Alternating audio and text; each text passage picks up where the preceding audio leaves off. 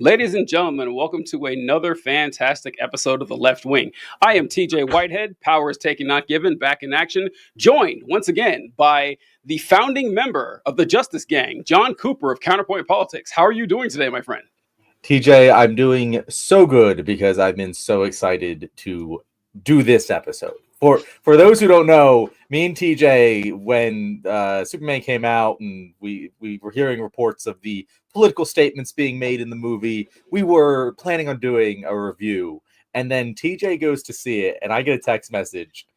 And he's like, I'm so sad that we're waiting a week to do this because I have so many things to say. And then I saw it like the next day, and it's like, holy shit, TJ, quit your job so we can discuss this on the show. But we're here now. We're here now, TJ. And has your anticipation for this discussion dwindled at all? No, it hasn't. And it's only become more powerful because I have been dodging other reviews of this film since I saw it. I didn't want it to taint my review on it. So, of course, this is right in my wheelhouse. So every other video I'm recommended or every, other TikTok I scroll is someone giving their opinion on the video. I got to, speed by it because I want to keep my thoughts unadulterated. So yeah, I've been aching to do this. Can't wait.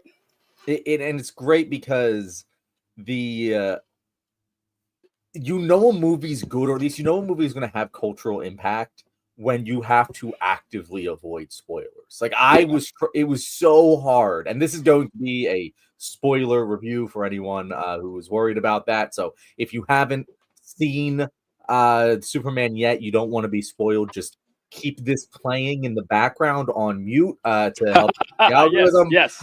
And then go see it, and then come and watch this episode again afterwards. Colby asks, how much do we need to crowdfund to get John to have Guy's bowl cut for his wedding? Colby, you got to crowdfund probably like a large amount of money, because I'll die and it'll have to be donated to a worthy cause. 28 US American dollars, folks. That's what we need to raise for John Cooper to get the Guy Gardner bowl cut.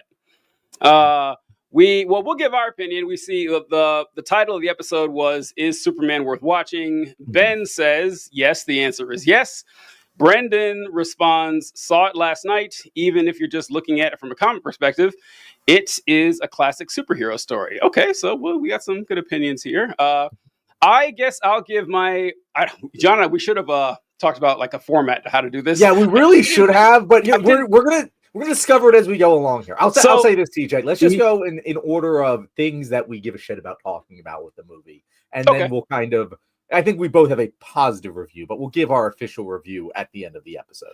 All right, yeah. So I broke down mine into like bad and good and stuff that I may have wanted to change. That was just like, but I figured you had some similar. So I guess I'll give my overall thing about like stuff people want to talk about. Is that what you said with the film? Topic by topic, because like there's a lot of angles you can look at this film from. Some of them are more filmy, some of them are more political. And so I think we should get our film, how much we liked the film, kind of out of the way, and then we can dive into some of the more ideological messaging. Oh, perfect. Okay, cool. Because I actually read that the complete opposite. Okay, so I'll give my overall review on the film is that I wanted to love this film, and I hoped to love this film. I only liked it. That's like I thought it was very well done. I think that David Corenswet did an amazing job as Superman. There were parts of it that I'll go over it in the full review and like what that I would have tweaked a little bit better, but I would give it like a solid B plus, maybe even A minus. Like it's not bad. I don't want to give the impression that I thought the film was bad. I liked it. I'll probably watch it again, but it wasn't like a massive, like I wanted to love it so much, and so maybe I went in expectations a little bit too high, but I give it a positive review, like definitely a thumbs up, but an A minus B plus range. I don't know about you. So I kind of had the opposite of you, whereas I went into it with tempered expectations, because when I saw the trailers and everything, there was something about just the style that struck me as like it very much felt he was using the CGI characters. doing a lot of the stuff that he was doing in Guardians of the Galaxy. And don't get me wrong, Guardians of the Galaxy series, very good. I do enjoy them, but as you said, they're not even trying to be A+ films. Like, No. They're trying to be solid A's at best. And I was worried that that's what this was going to be. And to a certain level, I think it kind of was. But I came away very impressed with a lot of what the movie did. I don't think it did anything that broke the mold, but I think it kind of reset the mold. And in a way, I thought it was the best possible version of what this Superman film could be. I thought it was the perfect Superman film for this time. And I thought it was an incredibly powerful Superman film in the way that all of the themes tied together incredibly cohesively. It was a wonderfully written and acted film that didn't shoot for the moon, so it didn't land among the stars, but it nailed everything it set out to accomplish. Yeah, I can't say that it failed in executing any of the important parts of the film. And what you mentioned, that what the film was trying to be, that's actually why I went in with such high expectations, because I feel like, honestly, since 9/11 is when this started. And Batman Begins a few years later, for superheroes specifically, where everyone has been obsessed with making superheroes as like, if they actually existed in real life, what would it be like? Kind of like a diet version of The Boys and stuff like that. And look, that was great. There's nothing wrong with that. It's a cool concept and everything. But I did yearn for not necessarily, 1960s Batman show camp level stuff. I didn't want stuff to be that goofy, but kind of like Saturday morning cartoon superhero stuff. It felt good to see bright colors and a smiling Superman. I will never forgive Zack Snyder for what he did to Superman and Man of Steel and Batman vs Superman. Superman, for some reason, has been difficult ever since the Christopher Reeves days or whatever, where they're obsessed with making Superman this somber, morose character, like he's Batman. So I say, no, Superman is Captain America. Superman is a Boy Scout. He's one of the easiest characters you could write. You guys keep fucking it up.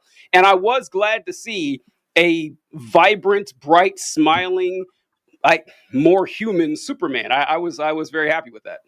That's exactly what I was talking about when I say it's so thematically cohesive. Yes. Because everything about it is about reintroducing that version of Superman.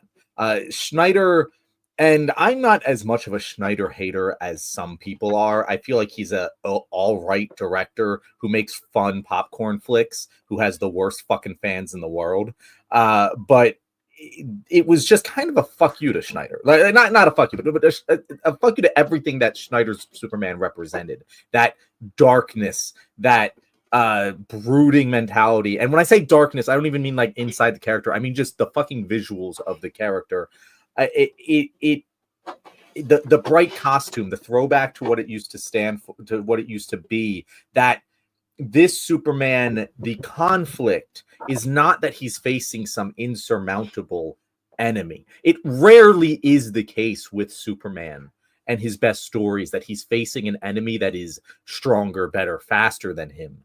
He has to do all of this while saving absolutely everyone and having the absolute perfect result. And I cannot stress this enough. I was talking about this earlier with a friend of mine. The climax of this movie is not when he defeats Ultraman. It's not when he goes and arrests Lex Luthor. It's when he rises in the air and kisses Lois Lane. And I have like a million things to say about that relationship, but that's what makes this movie so cool to me, is that the real conflict, the real conflict that drives this movie is Superman and humanity. And it's not an adversarial relationship. It's one where Superman is trying to prove his humanity both to himself and to the world. And it's such a powerful message at this time when, specifically, I hate to break this to anyone watching the show, this might come as news, immigrants are being vilified more than they have in a long, long time. And to make that movie now, and we'll get to the other the big political message of the movie later, but to make that movie now and have that be what this Superman stands for and represents, I just thought was incredibly cohesive and wonderful to watch. Yeah, that was that's true. The Superman's relationship with humanity has been, at least in the films, a very strong presence since the last decade or so. Mhm. And like watching, like you said, I think Zack Snyder is a good director too. I don't have I think he does get a lot of hate and I have everything. my ideological qualms with some of his course. messaging and tropes and everything, but 300 is a fun film. Like Mhm. I will, you can put 300 on, I will fucking watch it. I don't give Yeah. a shit if it's slightly fascist. It's fucking fun. There's nothing slightly about it, but I love it, right? I love it. I will watch it all day long. Like, once again, like we say in the show, talented people can have horrible ideologies. It's okay. You Yep. can admit it. And 300 is a good example of that with Zack Snyder. But Zack Snyder's Superman was different from James Gunn's Superman, is that Superman in Zack Snyder's universe was a god, and he knew it. And he was like, well, how do I fit in with these humans as a god? And they even had the Christ imagery is so overpowering in Man of Steel. They must So mention, annoying. yeah, it's so annoying. They must mention that Clark Kent is 33 years old 5 times. They keep saying it over and over again. He descends from the spaceship in a cross, when he's floating toward Earth. He's in a church, prayers. Okay, we get it. Fuck it, man, we get it. But yeah, it's annoying. But James Gunn's Superman is like, no, I'm not trying to prove to anyone that I'm human. It's very apparent that I have the same flaws and problems and worries, concerns with family, friends, relationship. Speaking of relationship, you mentioned the Superman and Lois thing, so I'd like to go there now. So this is another one where we might differ. I did not buy the relationship between Clark and Lois. Ooh, this is interesting. We're gonna have a disagreement here. I didn't, because listen, there were 2 good scenes. Well, there were 3, I guess, but the third one's kind of cheating. But there were 2 good scenes, I think, with Lois and Clark. And the first one is the interview. I think Trees Top mentioned right here, the people were going to die was my favorite line. Yeah, that was great. Like the interview when they're having like an actual, argument isn't the right word. Well, actually, yeah, because it seemed like they're going to break up. An argument interview. It is that scene, TJ. Great. Like I will let you finish. That scene, that 12 minutes of just pure dialogue, is one of the best things I've seen in a superhero film. Period. Like that scene. I'm not saying the whole movie, but that is top tier. Yes. Put it up against any scene in a superhero movie, it can stand with it. Yes, it was fantastic. I have no complaints about that scene whatsoever. And the second good scene between Lois and Clark was actually a comedy scene in a way. And that's the one where the Justice Gang, we'll get to them too, when Superman is talking to Lois and the Justice Gang is fighting the giant laser show monster in the background. And I love background comedy. If there's a scene that has, unexplained or unnoticed background comedy, I'm in every time. And then at the very end, Lois says, oh, hey, there's something going on out there. And Superman's like, oh, no, they got it. It's fine. This isn't a big deal at all. I love that one. And then the third scene, I think the one you talked about where Superman takes her up into the air and they kiss, like, that's, I mean, it was good, but come on, like that, you can do that in any Superman movie. But the rest of the time, I didn't feel any spark between Lois and Clark. I didn't. They seemed like colleagues. They seemed like very good friends. Even when they went to visit his parents or whatever, I did not feel the chemistry there. And I know it's kind of unfair to make this comparison because this is the pinnacle of it. But the scene in Superman, like the 1979 or 76 movie or whatever, where that interview scene, where Margot Kidder's Lois Lane is interviewing Christopher Reeve's Superman, the sexual chemistry is through the roof. Like it is just like, it's palpable. There is nothing close to that in this film, which might be unfair to leave it at that level. But the rest of the movie, they didn't seem to be, I never thought, oh, those folks are in love. I thought those two like each other, they respect each other, but I didn't feel the love there. So I'm not actually going to disagree with anything that you said because I think that it's all true. I'm just going to recontextualize it in the way that I saw it because those scenes that you described, I'm pretty sure, or the 4 scenes because you also described the scene with in Smallville, but I'm pretty sure those are the only 4 scenes with the 2 of them, and each of them is incredibly emotionally impactful. Like those are the scenes, the load-bearing emotional scenes of the movie. And you can wrap in his conversation with his dad as well into that. And they as I said, those are the ones that actually push the emotional plot forward. That's why the climax is when he's, making up with her and kissing her. The reason you don't feel that chemistry, I think, is because one of the main conflict of the film is their relationship. That you're right, it's not super loving. They're a couple weeks into the relationship at this point. They're having their first fight. They're having their first fight as a couple. Yeah, the chemistry isn't quite there because it makes sense. It's part of the conflict of the film. And the thing that does blow my mind a little bit, TJ, maybe this is just my own personal crush on Rachel Brosnan. But Jesus fucking Christ, just the way that she looks at him with oh my God, she acts so well with just her eyes and her smile. In a very unique way. She does this incredibly uniquely where she has this ability to give a look that is both exuding with hope and optimism, but also cynicism. And that is, to me, so pivotal to the movie, because you mentioned that scene with the fight going on in the background. Yeah. I actually kind of teared up during that scene. I thought it was so moving. Not just the way, I love how it's shot and everything, like you said, like it is played for laughs, but also the laughs have a serious end to them. And when they're talking about the bands and how he's like caring about people is punk rock, and she looks at him and she gives him this smile, and she's like, the smile is communicating, wow, that's such an insane thing. My cynical fucking human brain cannot agree with you that this stupid fucking pop punk band is punk rock, but you genuinely, in your heart of hearts, believe it. You believe that being kind is punk rock, and there's nothing I can say or do to shake it in you, and that's what I love about you. And she communicates that with her fucking eyes, and it's wonderful. And I just absolutely love that scene so much. And the interview scene, as fucking Treestop mentioned, people were dying, is the line of the movie. It is so good. You feel it because it's real, right? I want to sit. Let's just put that in a box.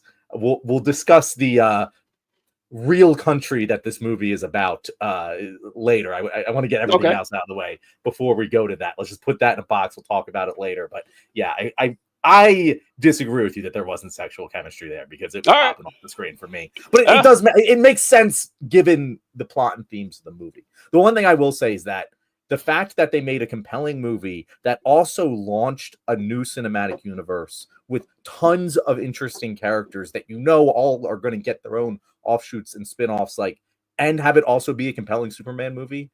It's really hard to do, and they fucking nailed that. That's why it's not an A+, because it couldn't be. It just couldn't be. It was carrying too much. We'll get A+s from this universe in the future, I am sure.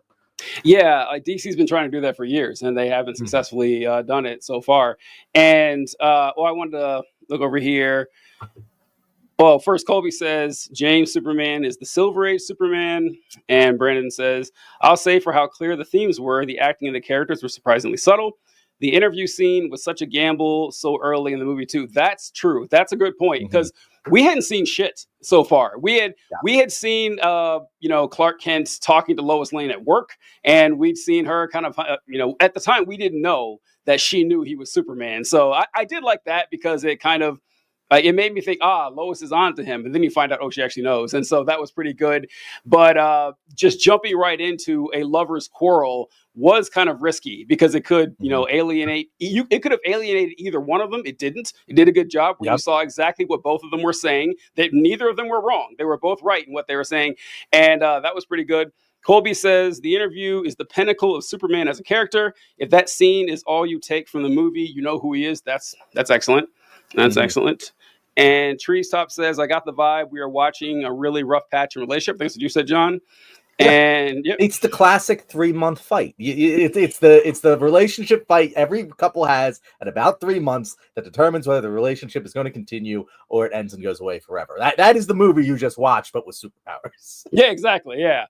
And thank you to Just Some Geeky Guy for the $2. As a Snyder fan, I surprisingly liked it. 8 out of 10, and 3 months. So 3 months they're in the relationship. Yeah, good job. Yeah, exactly. No, so just some. I'm glad you say that, and I want to just say this and then put Snyder to bed. The people, the fucking sycophants who just have to hate this movie because they're Schneider fanboys or, you know, for whatever political reason, just go stop lying. Enjoy life. Just like me and TJ can go watch 300 and have fun with it, even though we disagree with a lot of its messaging and general just vibes. It's still a fun movie and we can enjoy it. I'm not going to sit here and say, yeah, 300 sucks. I can criticize it. There's plenty to criticize. There's things that I think could be better, but fun fucking movie. This was a fun fucking movie. Like, it was even fun. If you disagree with everything it has to say, it is a fun, well executed Superman movie. Yeah, that's the number one word I would use to describe the movie that was fun, which people, they should be, okay? Movies should not. All right, this is a controversial opinion of mine, John. I don't know if I told you this one, but this is a controversial movie review that have you seen 12 Years a Slave? Yes. Okay, I don't like that movie. I don't like it. Okay. I love it. I love when this happens. So I don't know why you don't like it, but I'll tell you why I don't. The reason I don't like it is a reason that doesn't sit well with people, but not enough laughs. That's what I always say about 12 Years a Slave, that I understand this is a serious topic. It's about a true story about Solomon Northup, a man who was captured and sold into slavery as a free black man living in Maryland. And it was a terrible tale and a horrific dozen years of his life. But it is a slog to watch. Like, I understand that people, no matter how bad the situation's in, there's comedy relief, there's moments of levity. I'm not asking to, have, just rolling with laughter. I understand it's a serious subject, but I should want to watch the movie again. I have no desire to watch it. The only times I laughed in the movie were times I shouldn't have. There were plenty of that. They weren't set like for jokes, but the songs that the overseer makes the slaves sing, I realized that a lot of them are eerily similar to army cadences. That was weird, so I laughed at that, although it's not supposed to be funny. But yeah, so why don't you like it? I'm just curious since we're for a lot of the same reasons, and kind of as you said there, it's just like you watch it and you're just like, I have no interest in ever watching that. And again, there's different reasons to watch different films. It was a well-made film, well-acted, well-produced, well-shot, all that. But yeah, it's just like, what the fuck? I have no desire to watch this again. It didn't tell me. If you were to go into 12 Years a Slave with a preconceived notion of what it was going to be, you would walk out being like, yep, that's exactly what I thought it would be. And I never watched it again. Yeah, like, it's just that way. And like, for people who are like, oh, you can't put levity in 12 Years a Slave, go watch Life is Beautiful. Go watch Life is Beautiful. Have you seen Life is Beautiful, TJ? Yeah, absolutely. Yeah. A movie about the Holocaust made by a fucking comedian. It is incredibly fucking funny. And like I said, how the humor in that scene with Lois and Superman with the fight going on in the background, the humor of that scene, the levity of that fight going in the background adds to the gravity of the conversation between Lois and Superman. The same exact thing happens in Life is Beautiful. That's one of the most moving movies about the Holocaust you'll ever watch because it's funny. And that's the range of human emotion, right? And that's real. The highs, the highs emphasize the lows, and vice versa. And again, movies can be a lot of things. I'm not saying a movie has to be anything, but if you're going to be a great film, you got to hit a spectrum. Yes, and I feel like the Whale is another great example of that. Depressing as fuck movie. I didn't see The Whale. I didn't see that. You should. It's very good, but it has levity. Like, it's depressing and like dark and like shot like a Schneider film, but like it's funny too. And you have to be able to take yourself a little less seriously sometimes. You phrased it perfectly, with the full range of human emotions. That is a fantastic way to put it. It has to be there. It has to be there. Like a movie like 12 Years a Slave, gonna be mostly a downer. I got that. But if it's a downer for 125 minutes, no, sorry, not interested. That's just not anything I want to get with. Brandon's. Go ahead. Oh, Brandon says a lot of movies aren't fun or genuinely funny anymore. This is exception. Yeah. And so I was going to say that one of the criticisms I have with this movie, one of the things that prevents it from being A+, is that it doesn't, and I guess we're going to open the box now. Let's go. As I said, the lows can highlight the highs and vice versa. They didn't go quite low enough with, do you even remember what the country was called? Israel? Baravia, right? There is a moment in the movie where the child in Gaza I'm just gonna say Israel and Gaza because I'm not gonna fucking Yeah, remember what I they're didn't called. remember the other country actually. I only And remember. by the way, before people are like, "Oh, it talks about Israel," and I went in expecting there'd be like a couple lines or whatever. Holy fucking shit! This is the most unsubtle criticism of Israel I've ever seen in a movie. Oh my god! But the kid, he raises the flag of Superman, and you feel this like Superman's gonna come save the day. You feel this hope, the hope that this version of Superman thematically represents in the movie. But then you kind of just like, I don't know. I had this very deep feeling of sadness after that, and I saw a TikTok from Goofy Wise, guest of the show, and he kind of said the same thing, where it's like, "Fuck," but there ain't no Superman in real life. Oh yeah. And while the movie talks about that conflict very directly, it really just, oh, Superman does save the day, everything's good, and we're good now. And that didn't quite sit right with me. And I understand it, again, it had to do a lot, and I don't necessarily expect more from this film. But Yeah. to me, that's one of those things where I say it's not in the upper tier echelon of superhero films, and that's one of the reasons why. Damn, John's asking James Gunn to go off. Yeah, you're right. Because listen, if you guys haven't seen the film, I heard too before I saw the film that there was an Israel Gaza metaphor there, a stand-in for the conflict going on, and I was waiting to see how it. But holy shit, like, it is.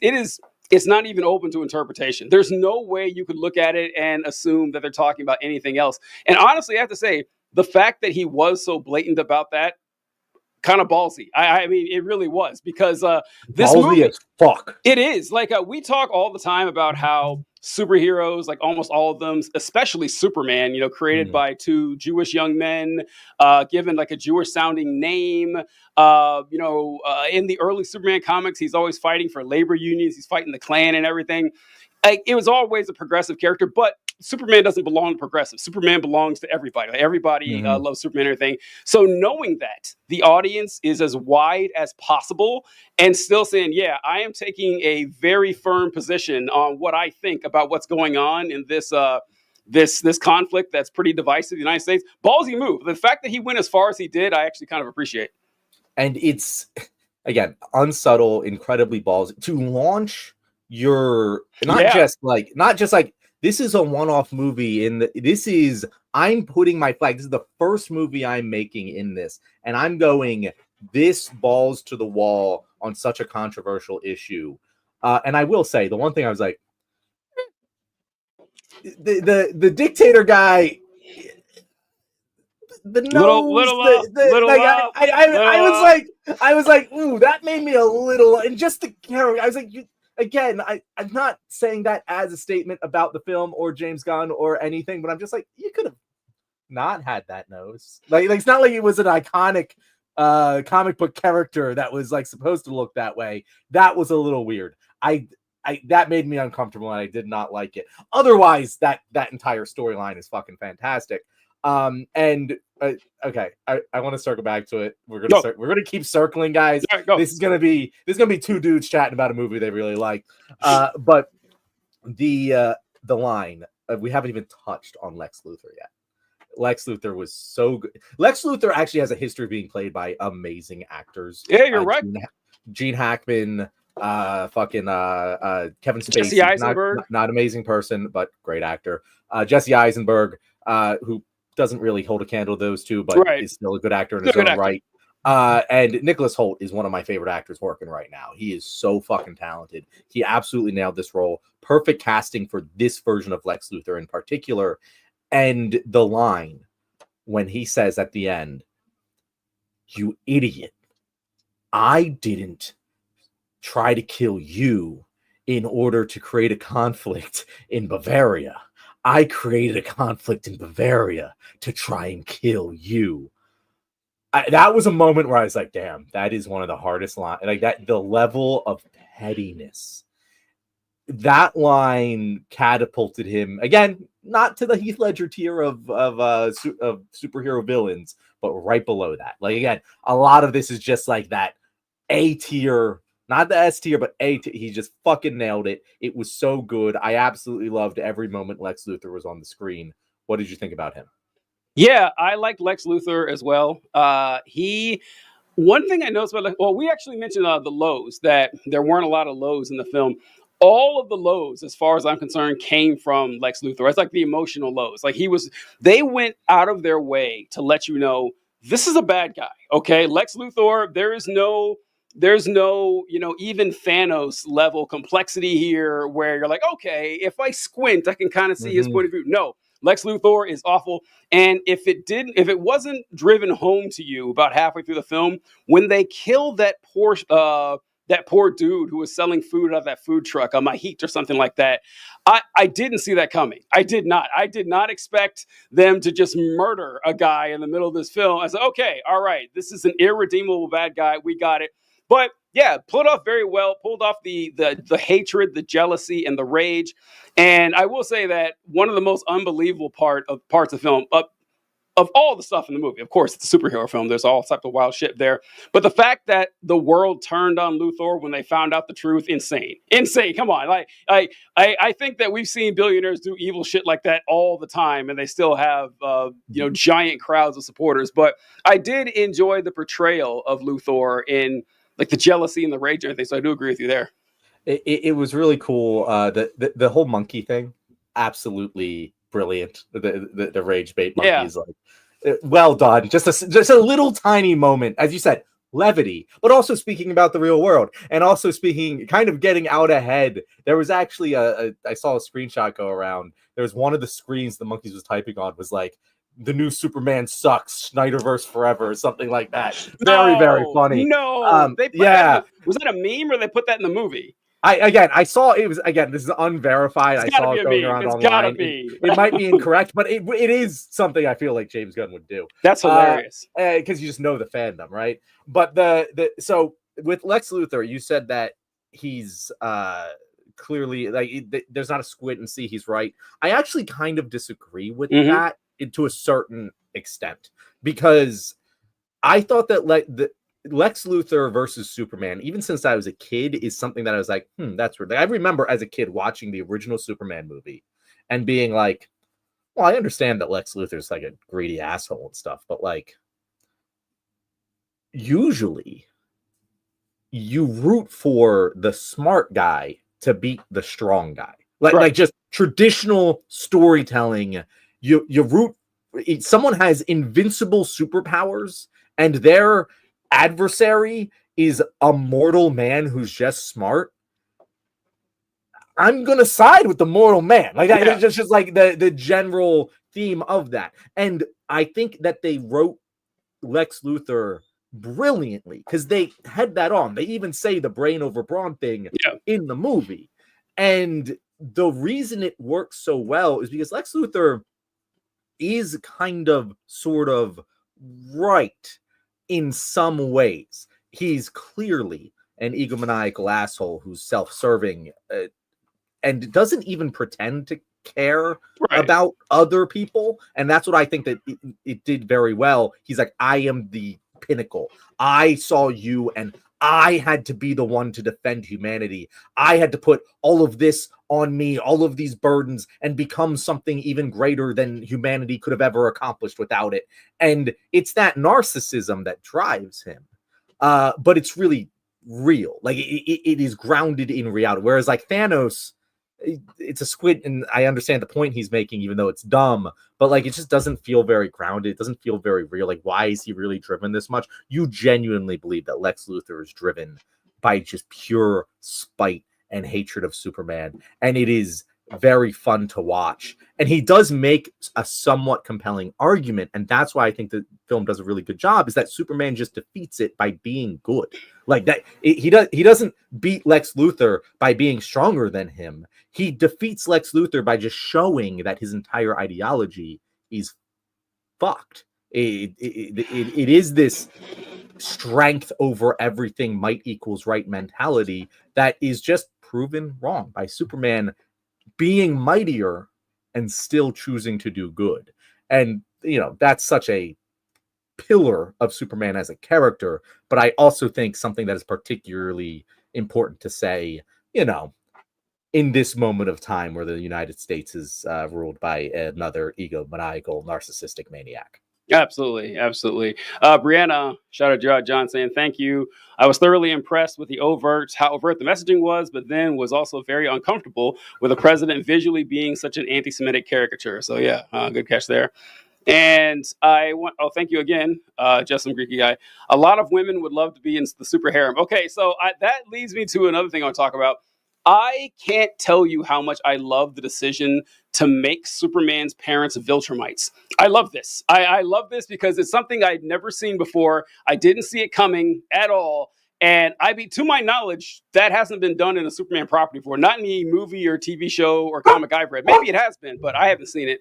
And I mean, I guess you could say it's still ambiguous as if they actually were. It was kind of confirmed with Mr. Terrific, who they sell as the guy who would know if this was faked or not. So if they end up doing a switcheroo, I hope they don't, because I think that kind of sours like the part that the point that they did it in the first place.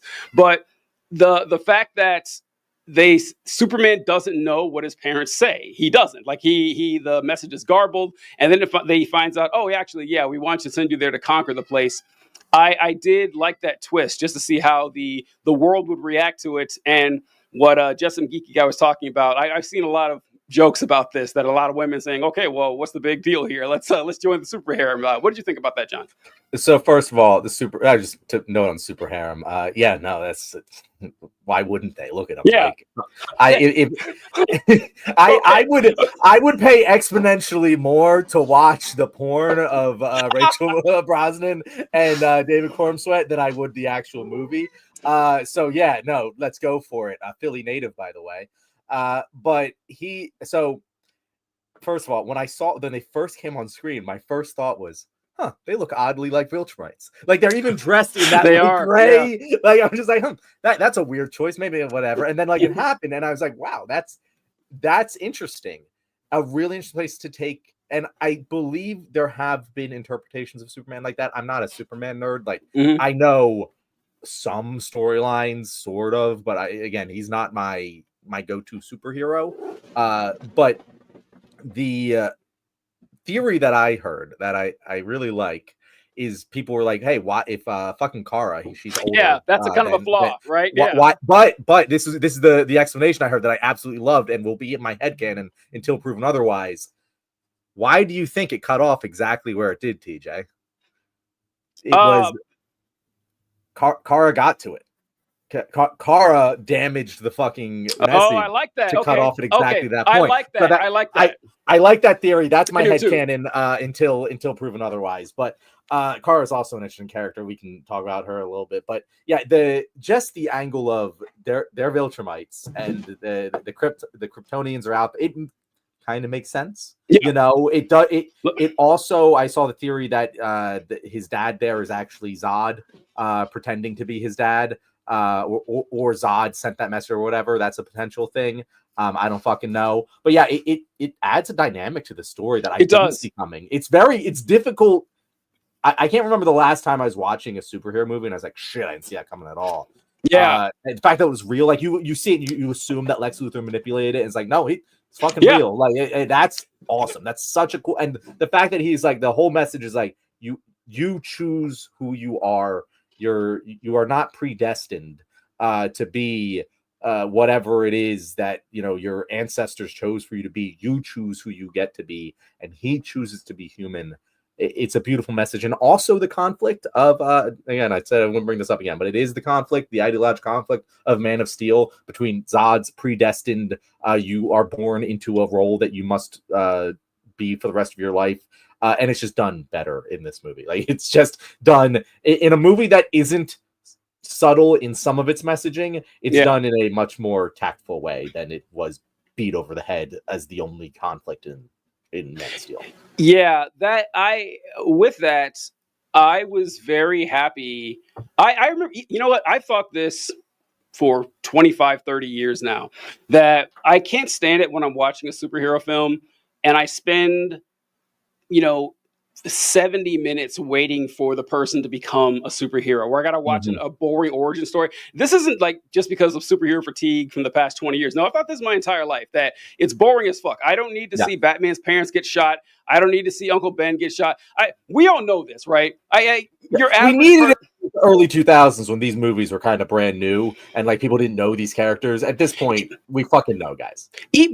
I disagree, actually. I mean, if you go in to watch Spider-Man and you've never heard of Spider-Man, first off, really, you've never heard of the guy? But I think you could have a perfectly fine movie with like, oh, this guy's got spider powers. And you can maybe like tell, oh, that's, Michael Ben, tell the story. I don't need to see 40 minutes of him as a regular person before he becomes a superhero, which I got tired of that. So I appreciated that it wasn't in the Superman film, but they snuck it in anyway and put something fucking interesting with it that you expect to hear the whole speech. Kal-El, be a good person. We love you. And I also appreciate the fact that I don't know if it's fake. It might be. But the beginning. The beginning works either way. The beginning works if he says like, Cal, we love you like the sun and the sea, or whatever they say, or something like that. And we're evil, by the way, because evil people would say that to their baby too. So I actually kind of like that. I hadn't heard the Kara theory. For those of you who know what we're talking about, at the end of the movie, it turns out, oh God, fuck. I don't know if we're 40 minutes in. My God, I have so much more to say. TJ, I am so okay God with damn. this going Okay, over an hour if you wanted to. Okay, Perfect. Yes, that's absolutely. fine. We promise, guys, the Left Wing Film Club is going to have more structured episodes in the future. Yeah, so really, me and TJ have just been waiting to like talk to each other about this for like a week now, and so we're going. So I hope you enjoy. Okay, so all right, I'm glad, because the Kara thing is interesting. I like the theory that she damaged the file somehow, because I don't know, she either, now maybe Clark's parent or Kal-El's parents were particularly evil Kryptonians, or maybe the whole society was like that and she was the one exception. She didn't want her cousin to grow up that way. But at the end of the movie, you find out that Krypto, who I want to talk about actually right now, but that is not Superman's dog, but it's his cousin's dog. That actually, I went into this movie very, very excited about Krypto the super dog. I could not wait. I love seeing the little memes and the previews and the images, whatever. And Krypto, I was kind of annoyed by, honestly. Like, Krypto was kind of a shit dog. He annoyed Superman. He got in the way.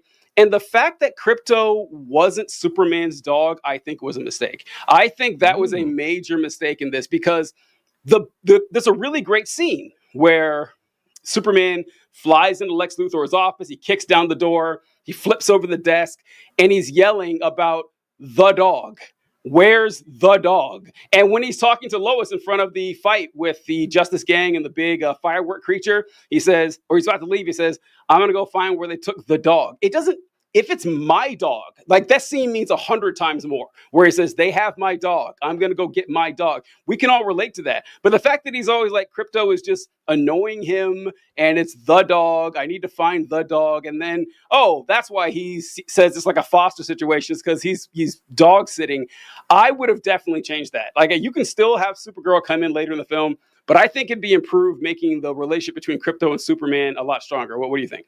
This is so interesting. I'm gonna disagree with you. So oh, this might my be the God. biggest disagreement we have. So wow. I went into the film not excited about Krypto. That was that's one thing from the trailer. I was like, CGI, another fucking CGI character. They should have just had a fucking dog. Whatever. Like that I was not expecting to like Krypto. And again, not a Superman guy. I don't really know the backstory of Krypto really at fucking all. Like, I know nothing about the fucking dog, right?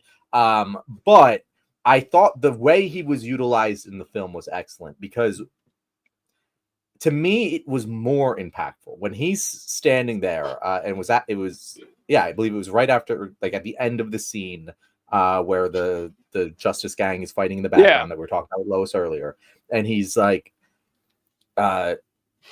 he's a dog, not even a very good dog, but he's scared and he needs help. It was such a just stripped down, raw, emotional moment of, he's a scared dog and I'm going to go save him. Not because he's a good dog, not because he deserves it, not because he's my dog, but because he's scared and alone. and I would go and save a fucking squirrel. And I'm going to save this dog. And I feel like that speaks more to his character, that he would go all of that lengths to save a dog that isn't even his.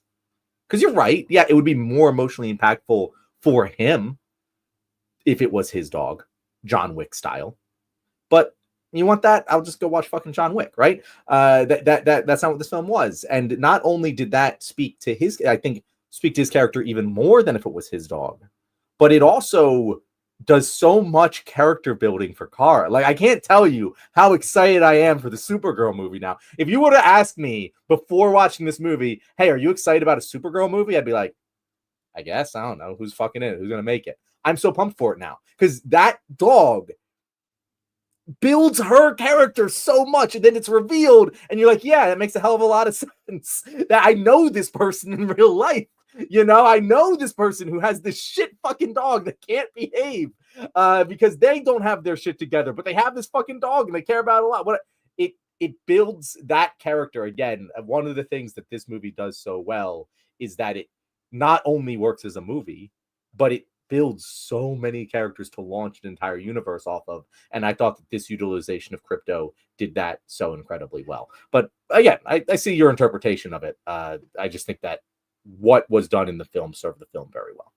Yeah, I mean, look, it's not some mortal sin for the film to do that or whatever. I just, I don't know. I wanted to really love Krypto, and I found him mostly annoying. Honestly, I felt the same way Superman. I was like, okay, I identify Superman here. Then it was a success. No, it wasn't a success. But I didn't want to feel that way. I wanted to feel like a bond between a man and his dog. And it's like, oh, a man and his cousin's dog who's very annoying. And then like every face Superman made with Krypto, face I made. I mean, yeah, like, you know, mission accomplished if that was the goal. But I didn't like the end goal of that. And okay, with Supergirl's character that we're talking about, I didn't, of course, I mean, I don't know if you knew she was going to be in the movie or not. I didn't know that she'd show up. I thought that was a pretty cool twist right there at the end. And I actually, I didn't know this, but apparently her having a drinking problem is a canonical thing in the comics. I didn't know that. I learned about this afterwards, but yeah. Yeah, I didn't either. I didn't know that either. That she, for those of you wanting the story with Supergirl, she is Kara-El. She's Superman's cousin who's older than her. I think she's a teenager when Krypton blows up. And her parents sent her to Earth too, but her ship got, fucked up in like, I don't know, a black hole or some time travel thing or whatever.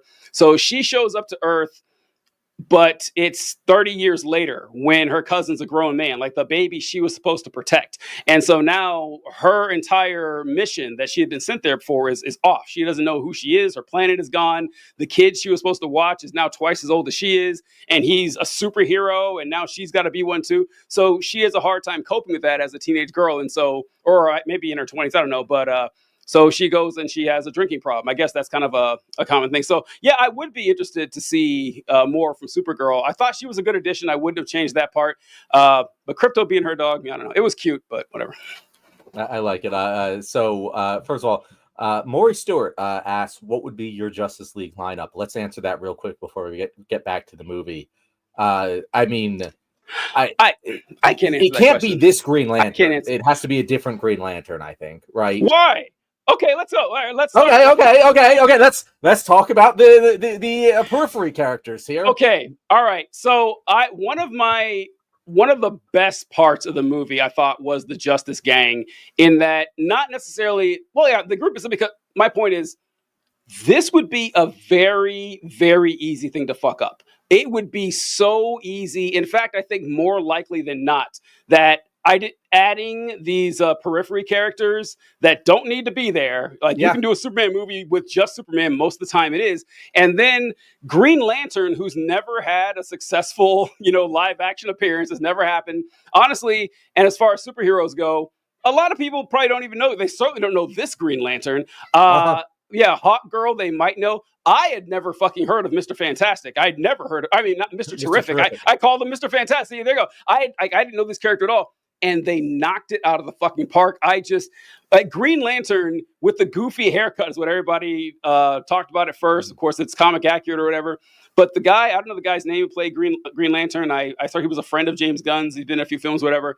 Excellent. I mean, I don't even think you need a new Green Lantern. I'd love to see more from that character. That being like a grumpy ass bully and being the Green Lantern, I thought was great. Did you disagree? You didn't like this Green Lantern? So, okay. No, it's not that I didn't like the Green Lantern, and actually, I'll eat my statement there a little bit, because I was going to say that this character of Green Lantern feels incredibly great as a supporting character.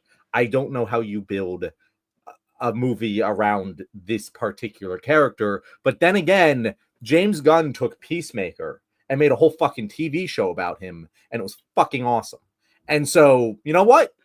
That's actually one of the things that impressed me most, is it really felt like, because I have that proof of concept, that any one of these one-off characters could be excellent, could have a whole backstory behind them, could support on their own, in a way that I feel like Marvel really fucked up, in that they made some characters one-off jokes to serve one movie, and then it just fucked up their presence in the rest of the MCU. It feels like James Gunn he still utilizes those kind of jokey characters in small bits, but it feels like there's a whole story ready to be told with each and every one of them. Like, for example, with Hawkgirl, when she drops, Bibi Netanyahu, it's like, I'm not Superman. I'm like, oh shit, I kind of want to see more of this girl. I don't know. I really don't know much about her from the movie, but I'm interested to learn more. And it really does a good job of that. I feel like that what will happen with Lanterns, again, I'm not a Green Lantern guy or whatever, but it feels like I know that there's multiple like a lot of Green Lanterns, and it probably is going to be a passing of the torch situation to a more leading man Green Lantern, because I mean, what you're gonna anything could happen, right? But he's not a bankable star. I just don't see that him having his own fucking Green Lantern movie with the character and the actor as is. I could be wrong. Well, I wasn't, but I guess that's. I mean, I would agree with that. I thought we were talking about Justice League movie. I thought. And having Green Lantern in that version of the Justice League. Yeah, it depends. I don't know. Again, I don't really care. It's gonna be. Oh shit! Was it Nathan Fillion? I didn't even fucking know that. Oh wow, it makes a lot of sense that was Nathan Fillion. Okay, Nathan Fillion could probably carry his own role. I don't know. Who knows? Point is, I don't really care. I feel like it's in good hands. And the other thing James Gunn said was, yeah, every movie is going to be tonally different. Like, it's going to be completely tonally different, and that's the biggest problem. The MCU, they just refuse to let any individual movie stand completely on its own. And that's not going to be the case, and I fucking love that. You're bringing up a picture of Mr. Terrific here. Yeah.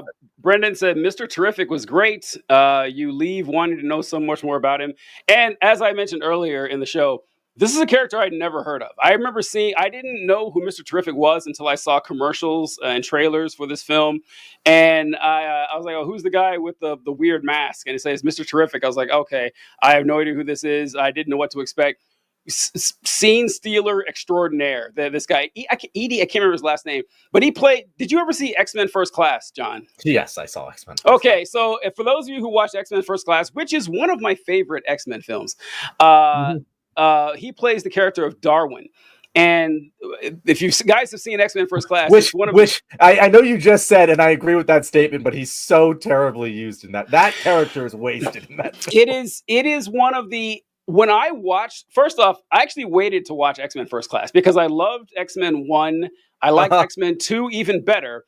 X-Men 3, I said, no, this is not good. It's a guilty pleasure for me. I understand it's not good. I still like it. I didn't like it at all.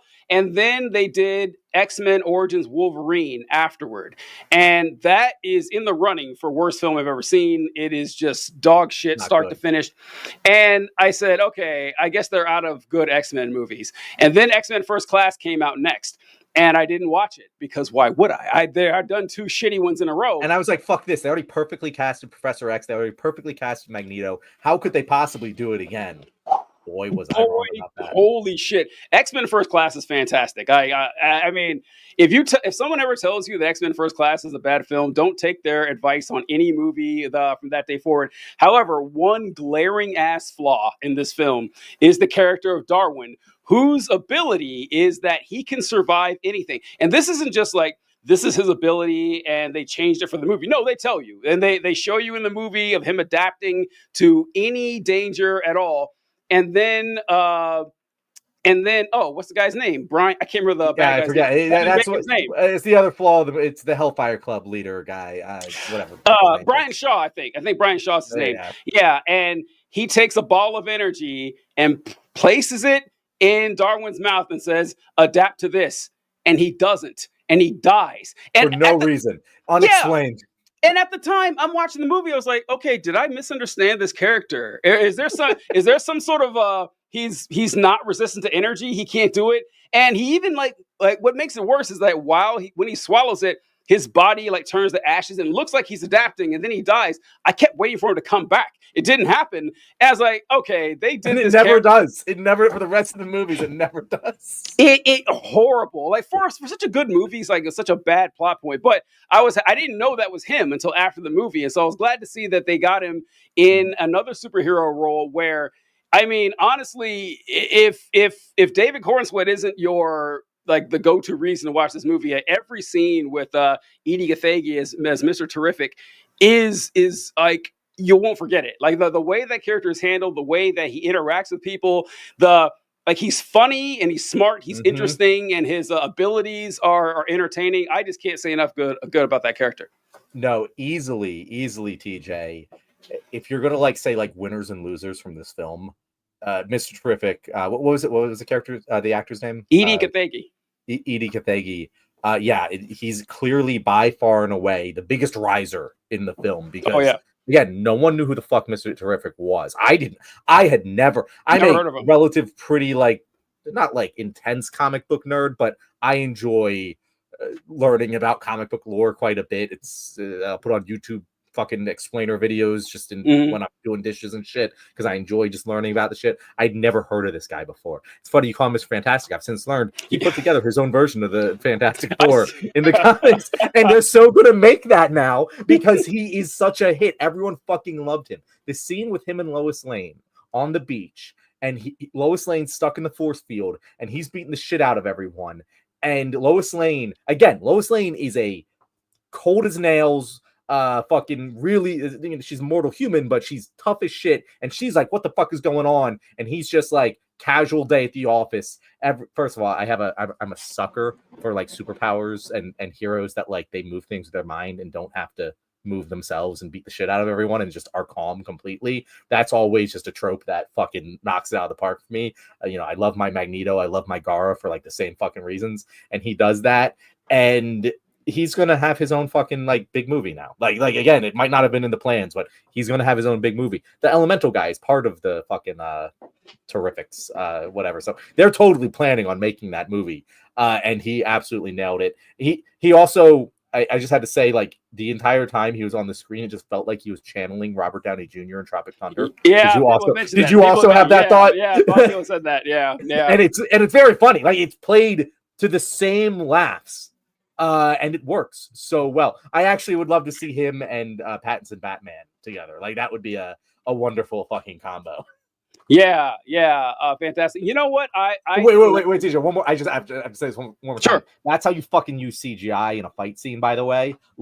It's so fun and whimsical and interesting instead of just having, we're gonna have big CGI spectacle, big dragon, whatever the fuck, big explosions. No, bring it down, have the camera be actually in the scene, make it feel like a real scene, and have interesting camera movement and interesting things going on. And it just doesn't match. James Gunn does it better than most in the business when it comes to CGI fight scenes. Yeah, I didn't think of this at the time, but later on, that Mr. Terrific is that scene where he's using, I forget what they're called, the Terrific Spheres or something to attack all the T-Spheres or whatever. And that's Yondu. The same thing from Guardians of the Galaxy. Yondu, another example. I just fucking love these characters. Yeah. And the reason I think that the Mr. Terrific scene is better than the Yondu scene is what you mentioned because of Lois Lane, where Lois Lane is the fish out of water like we are. Because if you take Lois out of that scene, it's still good, but not nearly as good. It isn't nearly as good as watching Lois react the same way that we're reacting to, by the way, to a character I'd never seen before. So I didn't know exactly what his abilities were. So watching that was excellent directing. I mean, really, 5 Who's stars. Also a mortal human, by the way. Also, just a regular. Yeah, exactly. No superpowers. That's pretty fun. And it's Metamorpho. That's the character you're talking about with the elements or whatever. Not elemental. Yeah, well, that's all right. Elementor is what Robert Downey Jr.'s Tony Stark would refer to him as the whole movie, despite him being told multiple times. It was Metamorpho. Okay. So, any other tangential background character notes? Oh boy. Oh well, tangential. Oh yes, absolutely. Oh yeah. All right. I don't know who this chick is. Her name, I looked it up because I didn't know who she was. Her name is Kat something, and she works at the Daily Planet. But she's in maybe 3 or 4 scenes, and for the life of me, I can't tell you why. I mean, I can tell you why. It's for eye candy, but that's it. And I remember thinking, this character does not need to fucking be here. Maybe they're going to expand with her or something in a future film or future property, but I don't need to see like 9 seconds of bouncing tits just for no reason in a superhero film.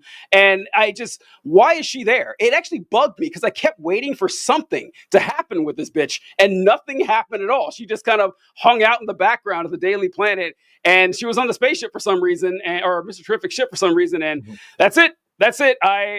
Odd decision to put her. And by the way, not even a character. You didn't know who she was either, right? And we're not strangers to the Superman property, right? I had never fucking heard of her. But yeah, what did you think? So I'm not upset in the way that you seem to be. I'm upset, man.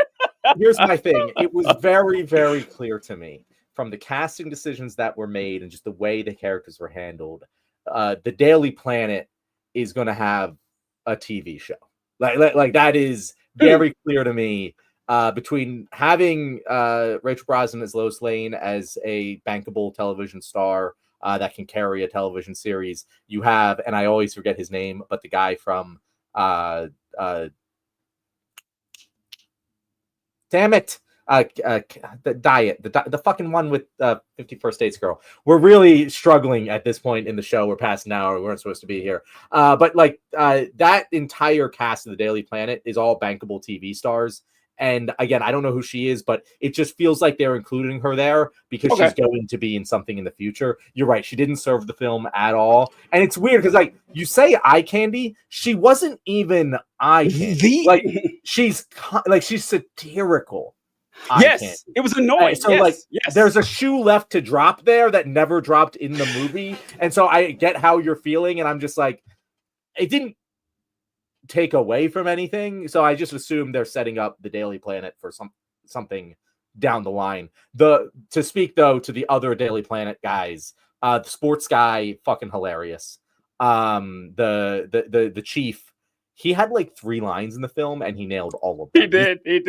That's like there's no small parts for small actors. Every single delivery, nailed it. And the guy from Jimmy Olsen.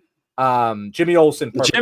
Absolutely perfect cast, perfectly acted. Could not ask for more from Jimmy Olsen. This is another thing. I guess I knew a lot less about, so I would have put myself up there with like Superman knowledge with anybody, but is there some kind of running joke with Jimmy Olsen being a chick magnet? I'd never heard of this, but the movie went out of their way that every scene Jimmy is being eyed up and down by every woman in the frame, and he's tagging Lex Luthor's side piece or whatever and everything. Like women far out of his league are just dying to get with Jimmy Olsen. I don't know why. I don't know if that's a common thing in Superman comics or properties, but it was funny. I enjoyed Jimmy Olsen's character too. I don't know if that's like a thing in the comics or whatever. I'm sure there might be adaptation. I feel like Jimmy Olsen's one of those characters that like he's Superman's buddy. He doesn't really have a canonical, you have to be this sort of storyline. He just fits whatever premise it is. Like in My Adventures of Superman. Have you seen My Adventures of Superman? No. Animated show. It's on fucking HBO Max. Pretty damn good. Really enjoyed it. A little bit more childish, but fun. Jimmy Olsen's like this fucking like conspiracy nerd influencer guy. Like he changes a lot from property to property, but I think that it was brilliantly executed. He was absolutely awesome. They cast the exact right actor for that. Any girls in the comments right now, I need to know, is he a panty dropper? I gotta know. Yeah. Feels like one of those things where he could be, or it's supposed to be funny. I'm kind of he's not my type, so it's hard for me. Very, incredibly bold of John to assume there are any girls in our chat. But I have to. Brianna here. She's a girl. So yeah, there we go. I wanted to bring this up in the beginning of the episode. I can't believe I forgot to. I think we can admit the trunks were a mistake. I think that really. Oh my God! I can't believe we're disagreeing on this. Okay, but listen, when the first image came out of Superman, putting on his boots with like the thing in the background that turned out to be a joke, which I loved. A lot of people were ragging on the suit, saying that it was too marvelly. It wasn't sleek. It had looked like Kevlar and shit. And I said, no, I kind of like the suit. I don't know what the deal is. I like the boots. I like the weird little Kevlar lines and stuff. And they said that, and he's got the trunks. I thought we'd outgrown those. I said, no, let's not jump to conclusions here. Let's wait to see how it looks in live action when it's actually on screen and everything. And I went in pro trunks, watching the movie, anti trunks. No, I don't like them. I think that you could have done the trunks better than this, or not included them at all. Like just the blue suit and the red belt, I think works better. But I think I would have liked it without the trunks. I know that was so you disagree. You think that they look pretty good, huh? So I'm not going to say I'm pro or anti trunks specifically, but I think that the costume design itself played thematically into what I was discussing earlier with a return to this Hope Core. And you go from this, you go to the graphics that they used for like the Superman title card, the credits at the end, just everything about it is a return to this hopeful, colorful version of Superman. And I think that the costume design, particularly after the last 20 years of realistic militarized costume designs, makes a lot of sense. Like it fits the movie to me. So to me, aesthetically, I didn't really even think about it other than, yeah, that fits exactly the message that this movie is trying to convey, and it works perfectly for that. And yeah, it's intentionally dorky. The character is intentionally dorky, and that's the point. So again, I'm not like feeling strongly about the trunks. If they didn't exist, it wouldn't bother me. But I do think that it serves the purpose that it was trying to serve effectively. And that's, I don't have a personal feeling about it, I should say. So I think that's what you're talking about, Colby. Colby asked TJ, have you seen the quote on why David wears them? And I think what you're talking about is the same thing John said, that I haven't seen the quote, by the way. If I have independently arrived at the same conclusion, I'm very proud I think he said the same thing. He said that correct me if I'm wrong, Colby, but he said that this Superman isn't trying to scare children or anything or look cool. He's trying to show that he's a beacon of hope. And yeah, sometimes it's kind of funny and kind of goofy. I'm just here to help you guys out. I'm not intimidating. And yeah, I'm even going to wear these goofy trunks and it'll be cool. And fuck that. No, I don't like it. Look, that might be the Wolfie is scratching the shit out of me. Hold on. Sorry. But that might be the in-universe explanation. But and I get it, but I still don't think it looks good. That's all that I'm going with. It's just that it kind of reminds me of, this isn't quite as egregious, but in what's the Revenge of the Sith, that Padme dies of a broken heart at the end of the movie, which is absurd and ridiculous. And I brought this up to people and I say, yeah, listen, the Star Wars universe, people should not be dying of broken hearts with the technology they have. That is insanity. And they'll be like, oh no, TJ, you don't understand. Padme's heart was broken. So she died. I was like, no, I get it. I got it. I understand what you're saying. I'm still saying it's fucking stupid. Like, I don't care if there's an in-universe explanation for it. Yeah, I actually don't feel this powerfully about the trunks, but I went in hoping to like them and I didn't. So that's how I feel that way. Brendan says, this was an unapologetic comic book movie. The suit was definitely a part of that. I got it, folks. I just don't think it looks good. I don't know what to tell you. I don't know what to tell you. It's okay. TJ, you're allowed to be wrong about something. Yeah, no, it just doesn't look good. I'm sorry. It's just, I think that there's plenty of goofy comic book shit that actually is very pleasing to the eye. I don't put that on the list. Speaking of comic book shit, I did like the fact that, I don't know how to put this. Metropolis is insane. The city of Metropolis is absurd. It is so, every scene with regular people is more ridiculous than the last. Yep. The fact that Lex Luthor's minions weren't mustache twirling villains. They were just people at work just trying to get the job done. I thought was great. It was a good example that, yeah, regular people do shitty things all the time. The fact that there was the giant monster that started out as a small monster who they fucking killed, by the way. I felt so bad for that monster. I thought that it didn't deserve to die. It didn't know what it was doing. But the fact that the people were only kind of annoyed by this giant monster, it didn't look like they were, reacting in absolute terror. Like, oh yeah, like we have people that, create green objects with their minds. We got a lady with wings that goes around, and there's Superman's here. So yeah, there's a big monster. We don't care. I don't know. I did enjoy Metropolis and how absolutely goofy it was. I'm so glad you touched on the LexCorp employees, because there's a lot of political messages in this movie, and that is one of them. Of these are just regular ass people just doing their jobs well, and it's particularly the crew chief, the black guy. I don't know if he has a name in the film, but like he's just such a they're putting that monster out there, and he's just kind of like very nonchalant about it, just like any of us would be like going to the office 9 to 5. And it just speaks exactly to that, like the way that corporate America whitewashes their evil to make it palatable to just everyday people. It really speaks to that quite effectively. And the monster, it's just such just like one of those small little touches. A lesser director and writer would have just had a fucking monster. It didn't need to have that cute little backstory. It was adorable, but it did. It was adorable, and it makes you actually feel when the Justice Gang kills him. It makes sense. And it's a little tiny thing that makes the movie that much better, and that's one of those things that take it from a B+ into the A tiers, in my opinion. I want to circle back there to LexCorp. Yeah. Because I don't feel like we've talked enough about Lex Luthor, because again, he's such a great character. He's so well acted in this movie. Did you have any other thoughts? I'll just throw this over to you with him and how he specifically ties into the Israeli plotline, and how that then is also all intertwined with the American politics.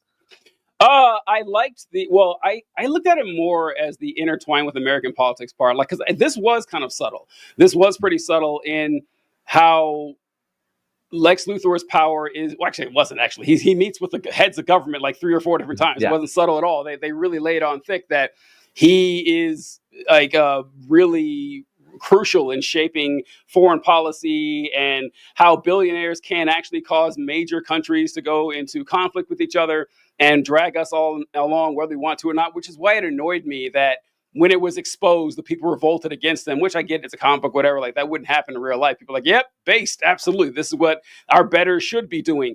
The only thing I would change about Lex Luthor is I would go woke with Lex Luthor, and I would make Lex Luthor black, mainly because of the cartoon, the Superman cartoon. Back in the day, you ever watch that? The Adventures of Superman that used to come on. It came on when you were a really little kid. So I definitely watched it at some point. Yeah, I wasn't particularly attached to it. Okay, well, the Lex Luthor in that show is racially ambiguous, and he's bald with a really deep voice. I thought he was black. I thought the character was black for a long time, and a lot of other people did too. But I think that I just want to see that Lex Luthor return, because we've seen lots of different variations of Lex Luthor. The Gene Hackman Lex Luthor with the hair, the young Lex Luthor in both Smallville or Man of Steel and everything, like a neurotic Lex Luthor. I want to see a big burly Lex Luthor, preferably a black guy. It just adds a little touch to it that I think is different for the character. Not necessary, of course, but that's the only thing I would have. Not a necessary change, but one that I would have done. Yeah, Lex Luthor, he has to be bald. Like very much he has to be bald. That's like the only thing that he has to be is bald. Yeah. Or at least bald eventually. You're allowed to have a pre-bald Lex Luthor as long as he eventually becomes bald. But the racial ambiguity thing, I would have actually not minded if, as you said, he was more woke, like more performatively woke. I would have enjoyed that aspect, because he doesn't really have a political like his entire persona is I'm a rich megalomaniacal Yeah. maniac. And like there's not like a political message in Lex Luthor himself. There's obviously a political message of big business being intertwined with the government in order to create, you know, geopolitical conflicts. Like, again, this is what is happening in our reality. Like this is very, very much what is happening. Not even like we're speculating about this. The president of the United States, who is a megalomaniacal whatever the It's a fuck hard the word to word say. is. I've said it too many Hard times. word to say, yeah. Megalomaniacal maniac, egotistical narcissist is literally explicitly continuing the conflict in Gaza because he wants America to take the beachfront property in Gaza as a real estate deal. He regularly talks about it as a real estate deal. This is not something that is surprising. Also, a nice little callback to the original Lex Luthor from the Superman, because like his thing was, I was just gonna like blow up the Western seaboard to like make my property values in the middle of the desert more valuable. Like very, very nice little callback there in the film. But yeah, like that's definitely real, but he doesn't get too much into it in terms of the politics. And it would have been interesting if they made him a Democrat explicitly. I think that would have been cool. But I will say, I thought Lois Lane was very interesting politically. And her message in the film, because obviously Lois Lane is a good guy, you know, but she is a lancer to Superman. She foils him. It's part of the reason why it's the climax of the movie when they get together at the end, because she kind of represents that, hey, I really don't know if you made the right decision. We're going back to the interview, made the right decision in stepping into this geopolitical conflict. You really didn't think about it. And Superman just goes, people were dying. And it's such an emotionally impactful line because it's how we have all felt for the last year and a half, at least, with this particular conflict that the movie's talking about. But it also speaks to, hey, I'm not Superman. I'm just a mortal human who's experienced all of these things in life. I'm cynical and jaded. And I don't know. I don't feel like I have the moral authority to just unilaterally make those decisions. And it does speak to the nuances of what we have to deal with on our side of the aisle of there's right and wrong, but there's also nuance. And it's hard to, and again, I'm not saying there's nuance to the genocide going on in Gaza, don't get me wrong, but there's nuance that we can get trapped up with in these arguments. And it's like, yeah, but Lois, you're wrong. These people are dying and we need to save them. And I did particularly like that message of the movie. How did you feel like that was handled? No, I agree. I agree, because that's actually the problem with superhero fantasy, that it is about, you know, hey, the powerful people get to make the right decisions, which, I mean, get to make the decision, which is how the world works. But like the fantasy that if I had the power, I would change it and everything. And it's demonstrative of the fact that something I always like to say is that, you know, I have my principles until I don't. That's how I always put it. In that, like, if let's say you were Supreme Court justice in the 1830s or whatever, and you're there, you're doing your job, and you're trying to interpret the Constitution. There's no 14th Amendment; it doesn't exist, or whatever. And if it comes like the Dred Scott decision, you know, later, or you know, the issue of slavery itself, now, according to your principles, I'm going to follow what the Constitution says. But according to your job, and then your principles like, well, actually, no, fuck that. I'm going to vote against this. Well, I don't care if it's illegal or not. I'm going to make the right decision. And I think that's kind of how superheroes work. That, yeah, taking the law into your own hands. And, you know, we'd all love to drop a war criminal from the stratosphere. But, you know, would you really do that? Maybe. I don't know. But yeah, it's a great conflict. It's a great question. So yeah, Lois is a good like moral barometer there for Superman, because like they are good questions. Like I said, they're neither of them are wrong in their approach to this. All right, so I've put together a little scoring rubric for us. But before we get to our final review here, any other notes that you want to touch on? Well, okay, so lightning round on this. I loved Ma and Pa Kent. One of the sweetest scenes in the film is after word gets out that Superman has been sent to conquer planet Earth, and take a harem of women and populate the world with little Viltrumites.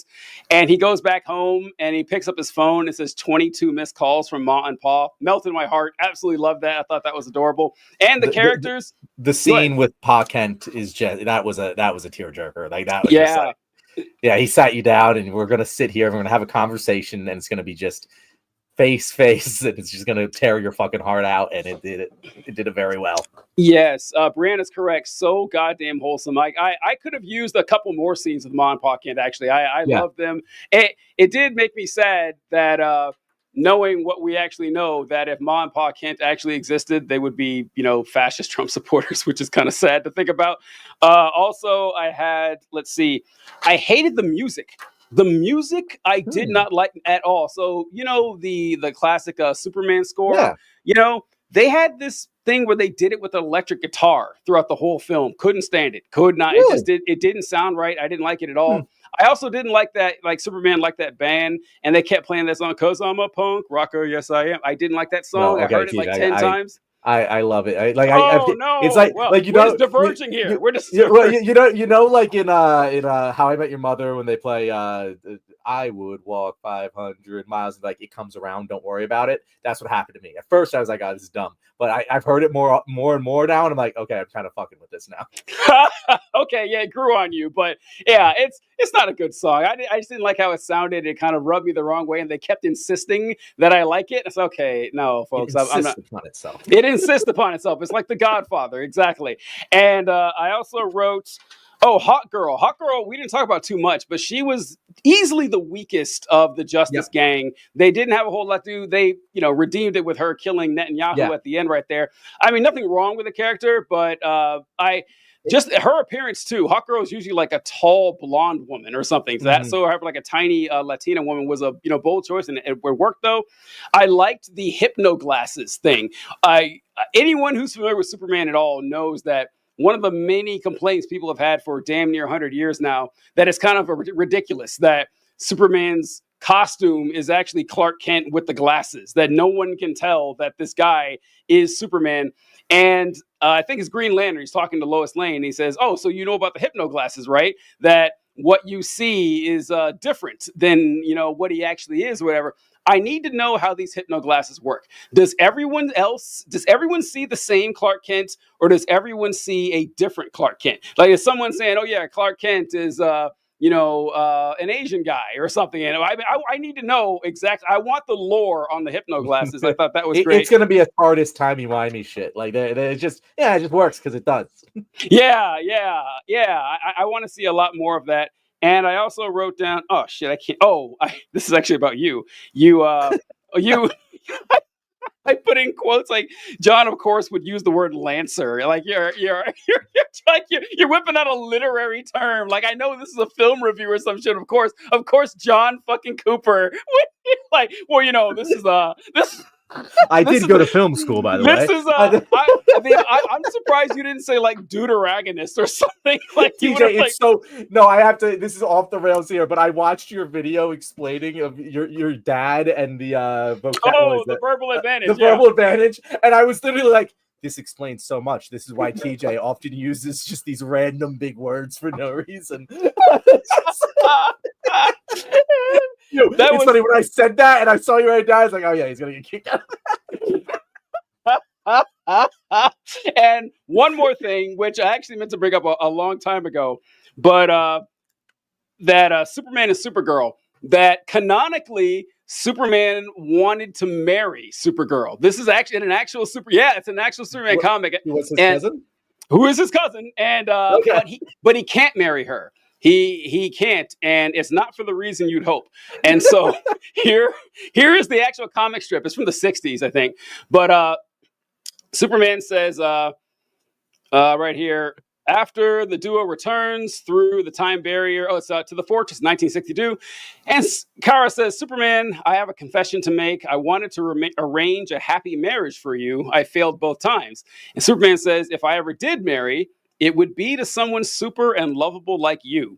We can't marry, though, because we're cousins. Though cousins can marry in certain countries here on Earth, we're both from Krypton. where marriage of cousins is unlawful. So the only reason Superman is not marrying his cousin, according to this one Superman comic from 63 years ago, is because Kryptonian law forbids it. If it didn't, he would. So yeah, just wanted to bring that up. Just all I have to say about that is kind of shit that I feel like Zack Snyder fans would really enjoy. But yeah, I think that's my lightning round. I think that's all the rest stuff I had. All right. Well, let's move on to the scoring here. TJ, as we said, we did zero prep for this. We probably should have talked about some sort of structure, but I put together a little scoring rubric that we'll make a graphic for in future episodes. But I have 5 categories and then a final score. Right. So we have visuals. So anything visual, performance, writing, politics, and overall entertainment value, and then a final score. All right. Does that seem like a pretty solid way to divvy this up? Yeah. So visuals of this movie on a scale of, well, let's do this letter grades. I like letter grades. Okay. What did you say letter grade is? I gotta give it an A for visuals. One thing I really enjoyed was how I didn't mention this. How often there were these like cyclical shots in the sky. There was a lot of spinning. They worked a lot with the rotating the camera around with the flight, not just with Superman flying, but even a lot of the fight scenes he was spinning around. Oh, we didn't even bring up Ultraman, really, that at the end there was pretty good. I thought Ultraman was supposed to be Bizarro, like a clone of Superman that was dumb. I don't know if that was what they were going for, but that was my guess. Well, Bizarro's at the anti. I'm not a Superman lore guy. I would be very not surprised if he survived the black hole. Yeah. I hope that's the case. Yeah, that would make a lot of sense. It would, because like he has no brain or whatever, so he's stupid. Okay, that would work with Bizarro or whatever. But yeah, visually, I don't have any. Oh, goddamn, that scene we talked about with the background comedy with the Justice Gang fighting the big jellyfish creature. Gorgeous. It looked like a fireworks show. It was amazing. So yeah, I have a hard time giving anything other than an A for the visuals. Yeah, there were. I would put it at a B plus because I agree with everything that you said there. I just feel like shot to shot, there was nothing that like, in order to be an A to me, it's like it has to be either just perfect execution of a simple thing or something new and exciting. And I didn't feel like it brought too much that was new and exciting. Okay. A lot of the coolest shots, like I said, I feel like the terrific fight on the beach, probably the most visually engaging scene, but also kind of stolen from other James Gunn he loves films already. Like he didn't do anything new or special. I'd kind of put it, and I didn't like the general gloss of the film. I just felt like it was fine. It was like Spider-Verse is a S tier visual, right. And it is far enough away from that I couldn't possibly put it in an A tier. Does that make sense? All right. Yeah, this is kind of tricky though, because if we're going with visuals, you grade each movie differently. Because it doesn't do anything new or exciting. Yeah, like the visuals are good, they're fun, you have some really cool moments, but I'm not blown away by the visuals. That's why I said B+, a solid B+. Fair point. Cool. So performances. Just the actual acting of the actors on screen. What do you give that? That one I feel more comfortable with B+ too, because like I thought Corenswet couldn't have been better as both Superman and Clark Kent. Mr. Terrific jumped out. I think I don't know. Like there's nothing bad, but outside of Corenswet, I think I would have a hard time saying that was some of the best acting I've ever seen. I'm gonna go B+ on that one. So I would put that at an A. I would switch that to an A just because I think that the number of incredibly well casted good performances outweighs the fact that they didn't have any. Because you're right, they don't have a Heath Ledger there. Mm-hmm. They don't have a real heavy hitter. I feel like Nicholas Hoult did a fantastic job, but still not quite that top tier villains, but just the consistency of the performances across the board. That's what, but I will also downgrade that to a B+, because I think that's totally fair. The writing, I thought that it's an A movie for me. If not an A+, just so many memorable lines. The writing was, the more I think about the writing, it's so economical. The fact that they put that 12-minute fucking argument scene in the movie and it felt like it lasted 3 minutes because it was so well done. I just thought the writing, especially for a superhero movie, absolutely phenomenal. All right, we greatly diverge here. I'm giving the Really? writing a B. Yeah, I'm giving the writing a B because like there are parts that I really like the argument scene, really good. I forgot to mention this. I'm glad. I thought I might be the only one who thinks this. I might be the only person in America who thinks this. I thought one of the weakest parts of the movie was Superman's speech to Lex Luthor at the end, where he's talking about how human he is. I thought it was really ham-fisted. I thought it was Little weak. overwrought. Yeah, Yep. I was like, man, and that's actually why I'm giving the writing a B. Not because I thought it was bad, and B isn't bad, but I never felt, and I felt this way in a lot of superhero films. Is like, wow, this is really emotionally powerful. I've been waiting for this release, this cathartic part. It never really happened. I guess you could say Superman kissing Lois, but that's not what Again, that's the climax of the movie, TJ. yeah, it's just not. Yeah, it's not. It didn't do it for me. It's not what I was waiting for, and I just never felt. Once again, the emotional ties with the characters. I didn't feel it with Lois and Clark. I didn't feel it with Clark and Krypto.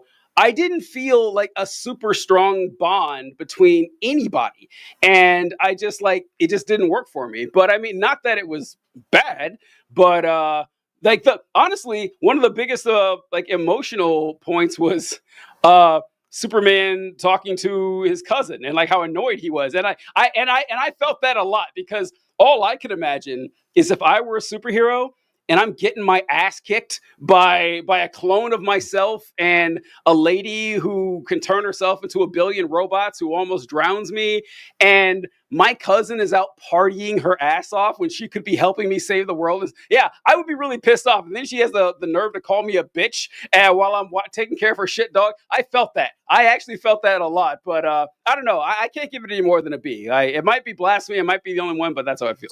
So TJ, I want to be very clear here that when I say writing, I don't just mean dialogue. I mean the writing in general, the structure, the plot, the pacing of the film. All of these things go into the writing for me. That's why if I'm just looking at, because you did point out some flaws that I do agree with, any individual emotional connection between characters doesn't ever get to a huge level because there's so much going on. And that's part of the drawbacks of a film like this. But I think that the extent to which they were able to have them in a film that also launched a cinematic universe with many memorable characters in it is tantamount to that writing. Like we mentioned earlier with the little creature guy. That's writing. Having that happen, that's writing. And that's why. So do you want to meet in the middle and call us a B+? All right, I'm cool with that. A lot of B pluses here. And honestly, that's kind of, I think, where this movie stands. Yeah, I agree. So I think we're going to get there. Again, with the politics, I'm going to give it a B+. Because it is, James Gunn gets all the credit in the world for going so hard at Israel, but I do think it just, I like the Hope Corps message. I absolutely love it, but it fails to hit any sort of next gear. It gets credit for the political message that it did deliver, but I don't feel like if you really look back at it, it was an incredibly well thought out, coherent political message, other than the actual theme of the movie being particularly good. This is so funny. I can't wait to do more of these in the future because we keep, bouncing. I'm giving the politics an A. I'm giving the politics an A because it is a popcorn Superman film for mass audience. Okay. So let's be clear here. So I was thinking of it just in general in all context. But if we're talking about superhero films, okay, that's fine. Superhero films, it probably has the best politics of them. Yeah, because we're watching Smurfs 4, and we talk about the politics. I'm not going to be expecting a whole lot from it, but the fact that it was I thought it was incredibly ballsy. They made it very clear. We are pro-immigrants. We're pro fucking, illegal immigration. We are pro-Palestine. That is, I don't know. I would be surprised to see that much overt, correct politics in a film that's meant for a broad audience like that. So I'm giving it an A. Okay, I'm fine with giving it an A. I'm totally okay. I'm much more fine with giving the politics an A than I am with giving the writing a B+. But we all have to make compromises, right? Entertainment value. I think it's an A+. Just about as much as I could have asked for a superhero. Like this film to me is all that it should have been and more. I don't think it's necessarily, again, in that top tier of superhero films, but entertainment value, it was a riotous experience from start to finish. Huh. I'm trying to decide between A and A minus here for the entertainment value, because it was really fun to watch. I'll probably watch it again, but if I'm thinking, I'm trying to compare it to other superhero films, and how like other superhero films that I said that was really fun, I loved it, and I'm thinking like Winter Soldier and Infinity War, like I think I enjoyed those more. I think actually like for entertainment. I think it's not fair to compare it to Infinity War, because Infinity War is the culmination of a massive sequence. If you were to sit me down and just, hey, watch Superman, watch Infinity War in and of themselves, Superman's the more enjoyable film. Okay, you know fair enough. Yeah, fair enough. Well, Winter Soldier is kind of that way too, because it's a sequel. Winter Soldier, I think, stands on its own more. Winter Soldier is amazing. Like I would like, there was So and like I would actually put this on a similar level, like overall as a movie, on a similar level to Infinity War. All right, I'll give it an A. Not Infinity War, Civil War, not Civil War. Fuck, Winter Soldier, whatever the fuck. Yeah, I'll give it an A then. I'll give it an A. Yeah. Okay. Well, yeah, we'll meet there. So we have visuals B+, performance B+, writing B+, politics A, entertainment value A, final score. I think that leaves us at a B+. I mean, 3 A's. That should take it to an A minus. Oh no, well, 3 B plus. 3 B pluses and 2 A's. Okay, yeah, B plus. Yep, sounds good. Yeah. Sounds good. I think that's exactly. Yeah. And I want to be very clear. If I was giving a final score just on superhero movies, it's an A plus, not S. It's an A to an A plus, wherever you want to call that. It's not The Dark Knight. It's not Spider-Verse. It's not Spider-Man 2. Those, to me, are like the 3 S tier comic book movies. Would you agree with me on that, TJ? Yeah, like, yep. Yep. And so, yeah, this is the tier right below that, where you put The Winter Soldier, you put Infinity War, you put whatever other superhero films are kind of right on that level. Suicide Squad, I would also put on this level. I think they're kind of equally good films. But yeah, so B+ for the movie, and wonderful. Anything else you want to say? I think that's it. I think I wrapped it up. I thought that was fantastic. I'd love to do more of these. Yeah, we can like put more structure in, but I think for the first run, that went great. Yeah, guys, definitely. If you're watching this later on YouTube, drop the comments. The next, we're calling this the Left Wing Film Club for now, because I wrote that 30 seconds before the show started, and I think it's going to stick. So, Left Wing Film Club, let us know your recommendations for movies that we should review. TV shows would also count, I believe, for this, although they're a little bit more difficult just because it takes us longer to watch them. Yeah. But we'll be doing our classics like The Boys and Invincible. Our favorites we'll continue to do as they come out. But definitely let us know what you want us to review, or join us on Thursday and drop it in the comments. We'll make sure to make note of it. Otherwise, see you then at 6:30 on Thursday. We got American Opposition coming on the show. Very excited to have him. And yeah, see you guys then. Later, guys. That was